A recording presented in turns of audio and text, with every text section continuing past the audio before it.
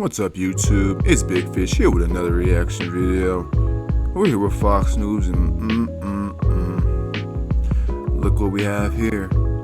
As the Hodge twins would say, we got a Sub-Saharan here, 15 years old, 40 years for a triple murder. Black fatigue, it's a real thing. We only make up 13% of America. But this is what majority of our people are doing, sadly enough. I won't even say majority. I'd say a solid half of them. This is crazy. We got to find a way to get to our youth, send them down the right path, because all they're doing is just going to prison. And when they get freed, they're committing the same crime sometimes and going right back because that's all they know. You think after 40 years, that his mind isn't going to be prison? That's not everything that he's going to know. He's only been free for 15 years. He's going to be in jail or prison longer than he's ever been free. This is sad to see. This is sad to see. Let's listen. Welcome back to Live Now from Fox. Continuing with your top stories and headlines, we now head to the Sunshine State of Florida. Happening today, 2 teens who were involved in the triple murder of 3 other teens in Marion County will be sentenced.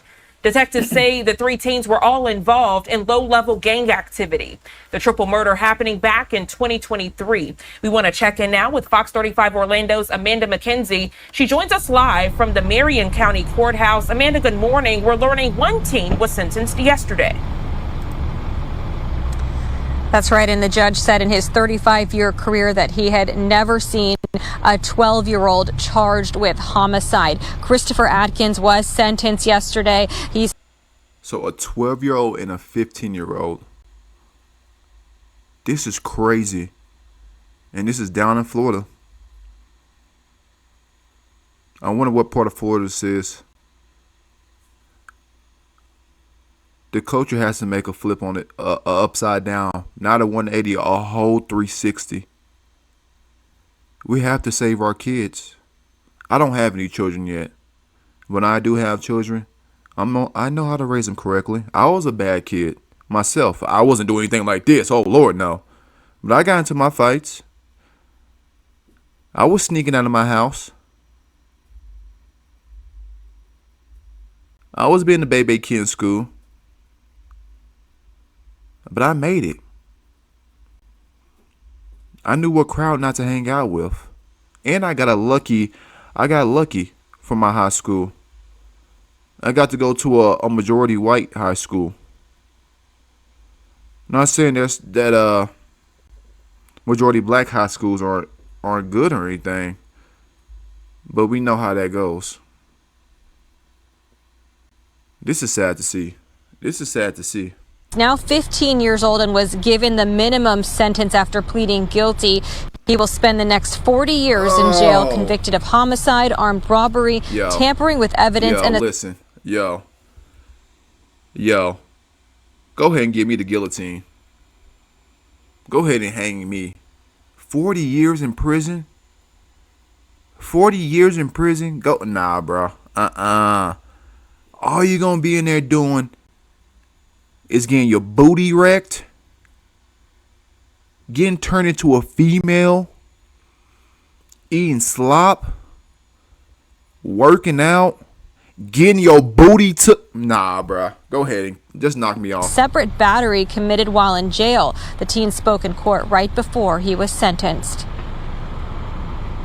I think like it's just y'all think I'm bad. I'm not. I promise you I'm not. I promise you give me another chance. I promise you gonna see what I'm talking about. Like, I promise you. I bet you gonna see me on that TV doing good. No.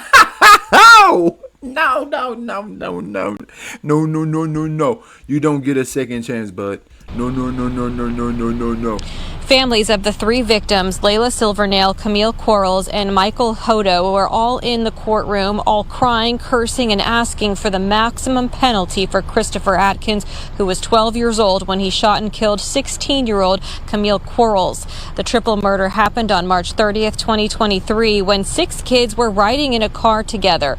There was an alleged plan to rob a 16-year-old at gunpoint. Atkins says Taj Bruton, for reasons that are not clear, shot Michael Hodo. Then Robert Robinson shot Layla Silvernail, which led to her car crashing.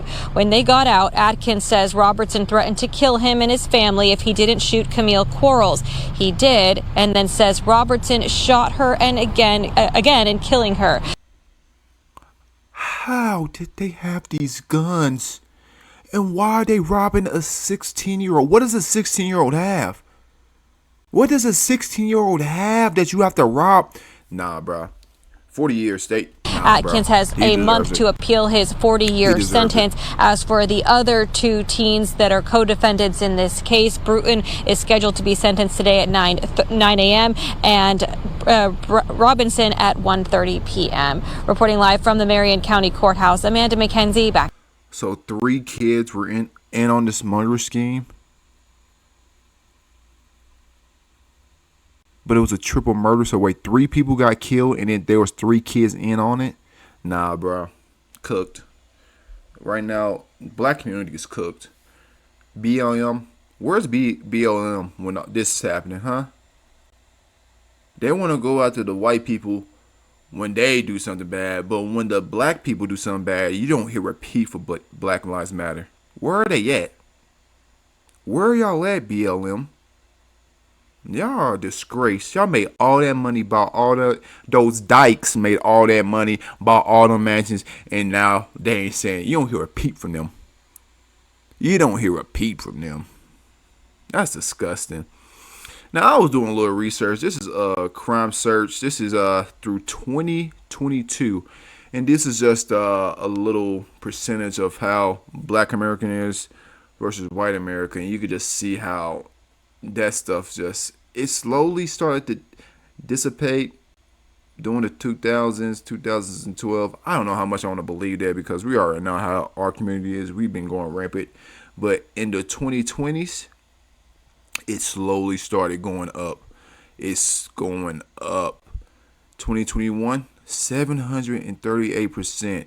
And it's slowly going down. But 2023, 2024, 2025, 2026, we can only imagine how high it's gotten.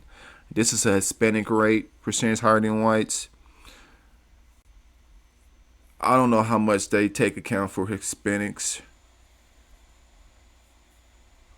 But then this is another chart. And our people, we're always at the top. We're always at the top. It doesn't matter what chart we look at. We're always going to be the highest. We make up 13% of America. We're probably actually making up less than that now. Just how many of us are dying on a yearly basis. And it's usually just black on black crime. We have to figure out a way to save our youth. This music is evil. It's influencing these kids. What we're watching, what we're putting out. We need better outlets for our children so we can stay safe.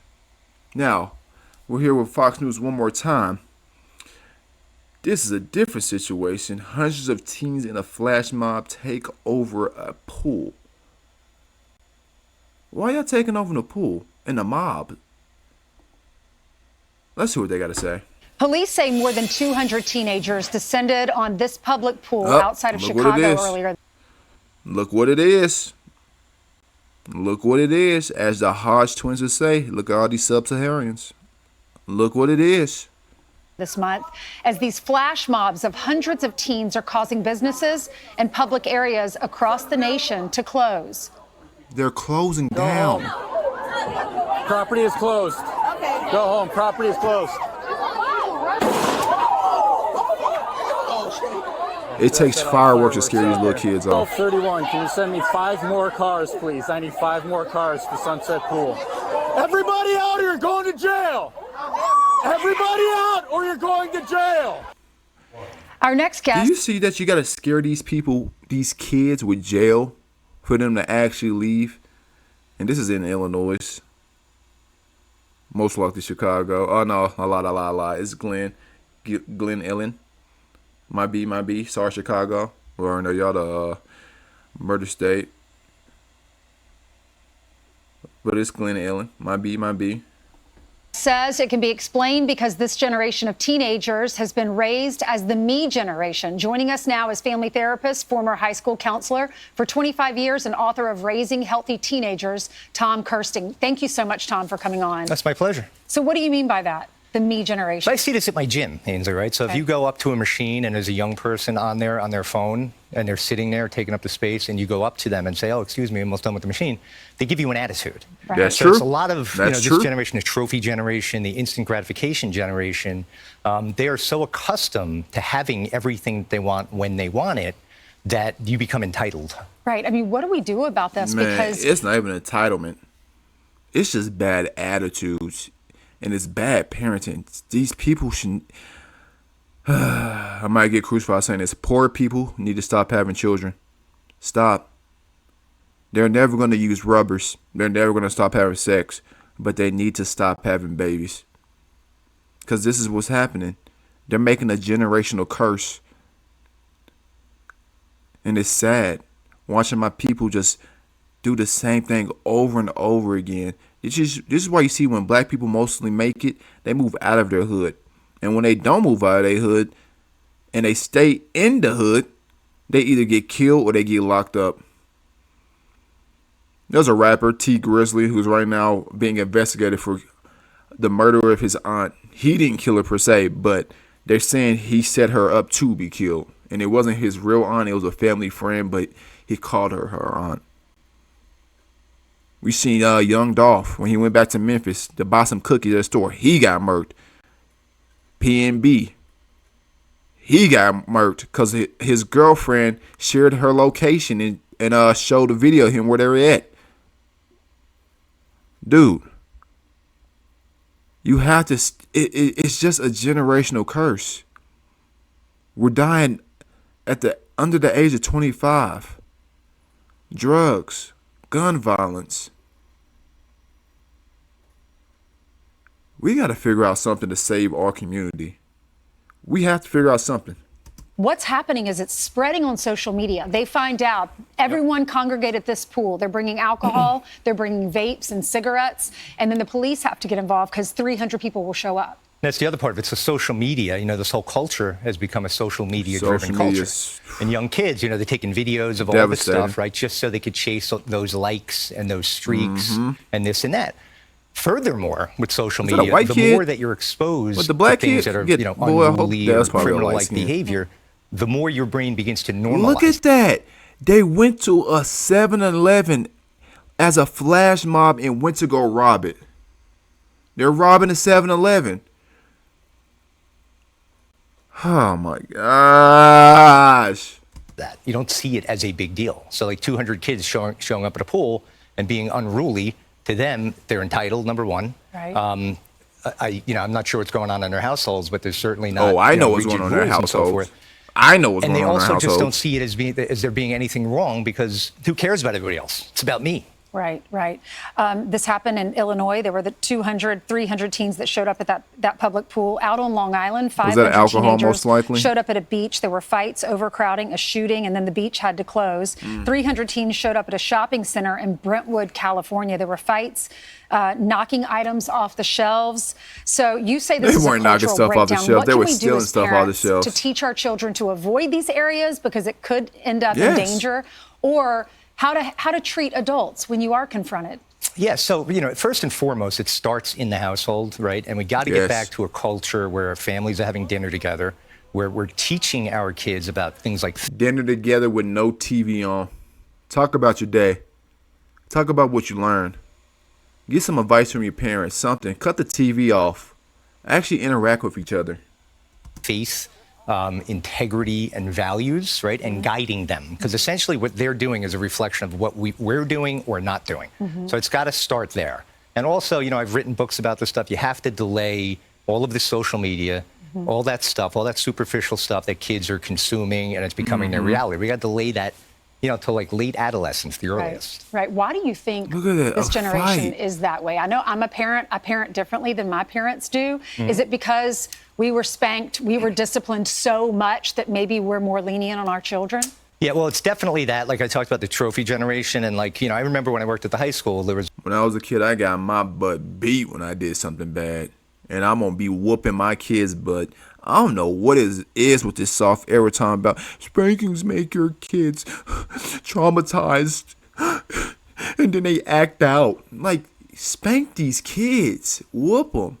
Discipline them. Take these phones and stuff away from them. These baby kids out here are just acting a damn fool and getting put in jail. And when they come out, they're already thinking that the world's against them. It's your fault that you're in the situation. Come on, man. This happened more than once. A student would curse out a teacher, and a parent would come in and say, well, what did the teacher do to make my child curse at them? The teacher was always right in my house. It's the teacher's fault. That like has what? Really flipped. And, we really... I'm concerned because we really need to get back to the foundation, the roots, and what is important with family. And that includes us parents. Right. So oftentimes we're not aware of it, but we're absent. We're on our devices ourselves, for hours and hours a day. We need to be present for our kids. Especially in the Black community. The parents are pretty much kids themselves. Their mind is still adolescents. They still don't even know how to be a parent. We need help in our community, some way or another. I don't know what it is. I truly don't know what it is. They're going to start building more prisons and jails. Quite honestly, they start making more money off of us. Because we're not learning. And we're victims. That's where Black fatigue comes from playing victim so much. You're not victims. We're one of the most racist people in this freaking country. We need to relax. We have the most privilege out of the whole entire world. Please go to Africa. Please, go to South America. Please, go to the UK. Look what they're doing. They're censoring everything over there. You can't do nothing over there. We're the most luckiest, privileged people in the world, America. We just let in almost 10 million illegals and gave them money. We're giving them driver license, the ability to vote when you're not supposed to. We're cooked. We're cooked. We're cooked. We're cooked. Alright, go down to the comment section. Tell me how you felt about the video. Hit the like, hit the subscribe. It's Big Fish. Peace.